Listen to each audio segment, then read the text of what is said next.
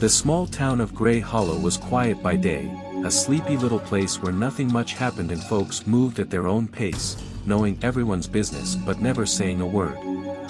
But when night fell, Grey Hollow's secret stirred, rippling beneath the still, dark waters of its forgotten past. It was that past that drew us in.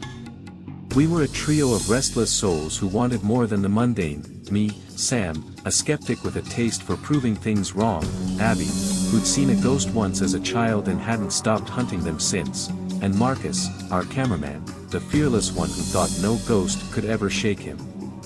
We were the kind of people who thought we'd seen it all, the type who laughed off curses and dared each other to enter every haunted house on a whim. But Grey Hollow was different. It had a way of drawing you in, of making you feel like the shadows around you were thicker, heavier. Like they were hiding things.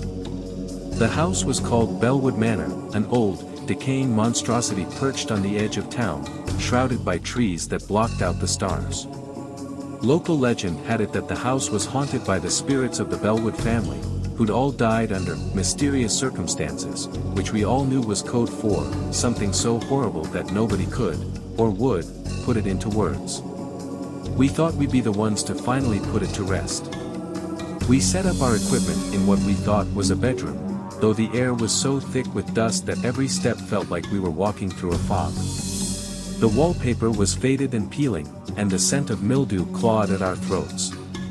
Marcus set up his camera on a tripod by the door, and Abby unpacked her EVP recorder.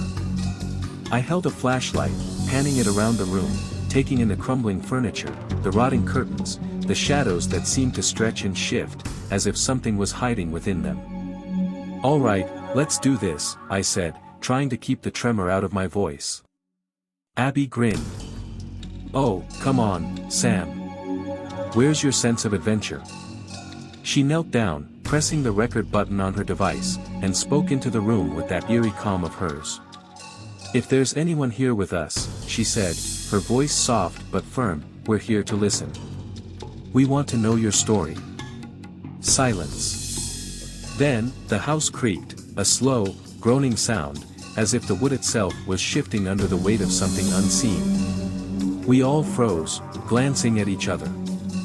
Abby's eyes sparkled with excitement, while Marcus just gave me a cocky grin. "Probably just the wind," I muttered, though I didn't believe it. Then came a voice. Faint, like a whisper carried on the wind, threading through the air just enough to send a chill down my spine. It was a woman's voice, barely a breath above silence. "Get out." We all heard it. Clear as day. Abby's eyes widened, and Marcus leaned forward, his hand inching toward the camera to hit record.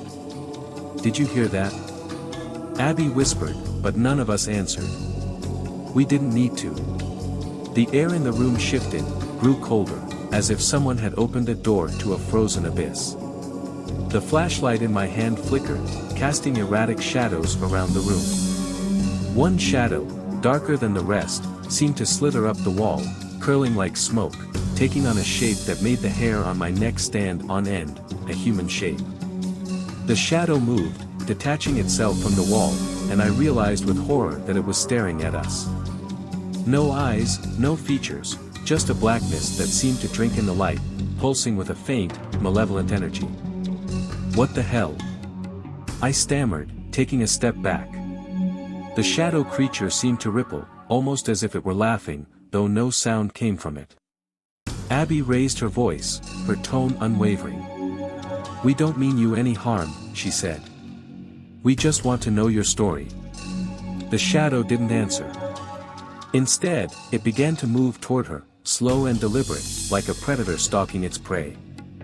Abby held her ground, staring it down, while Marcus and I could only watch, paralyzed.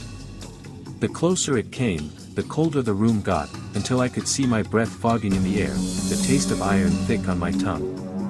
Then it spoke again, that same woman's voice, but this time it was louder, angrier. "You need to leave." The words were a command, a furious snarl that vibrated through the walls, shaking the very bones of the house. Abby flinched, taking a step back, but she didn't turn away. "Tell us why," she said. Why are you here? That's when we heard it. Footsteps. Not from the hall, not from the creaking stairs. They were coming from the ceiling above us, heavy, dragging footsteps that made the entire house seem to shudder with each step.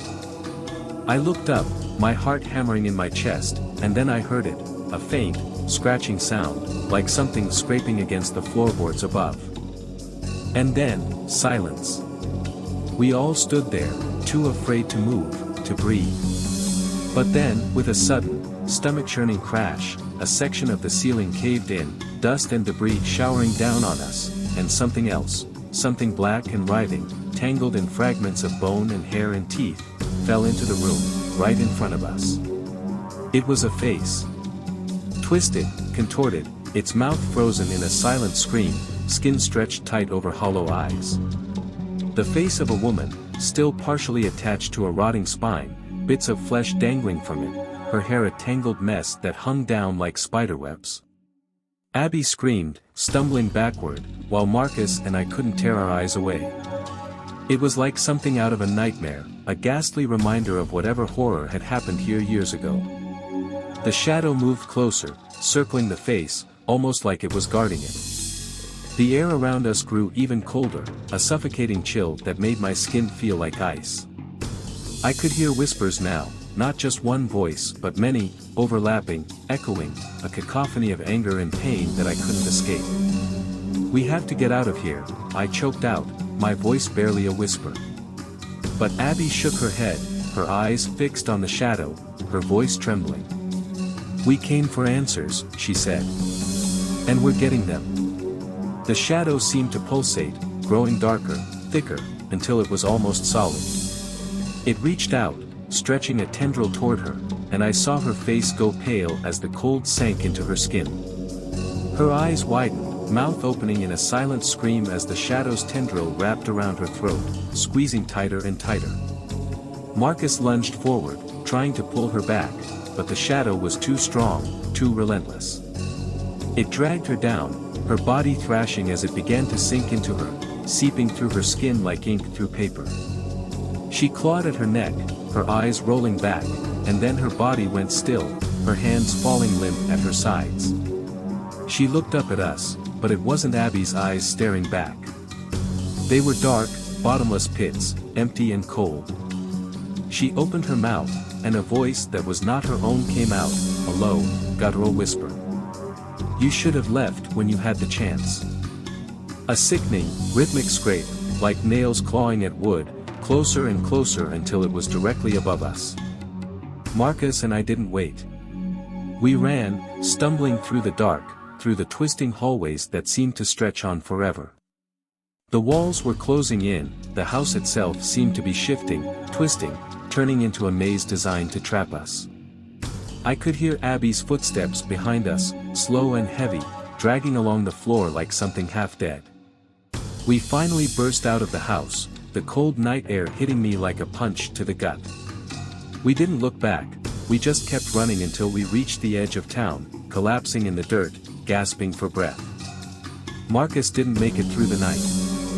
When I found him the next morning, he was sitting on his porch, staring at nothing, his face pale and his hands cold as ice. They say his heart just stopped, like something had drained the life right out of him. But I knew better. I've never been back to Grey Hollow. I never will. But sometimes, in the middle of the night, I'll hear her voice, whispering just outside my window. "You should have left."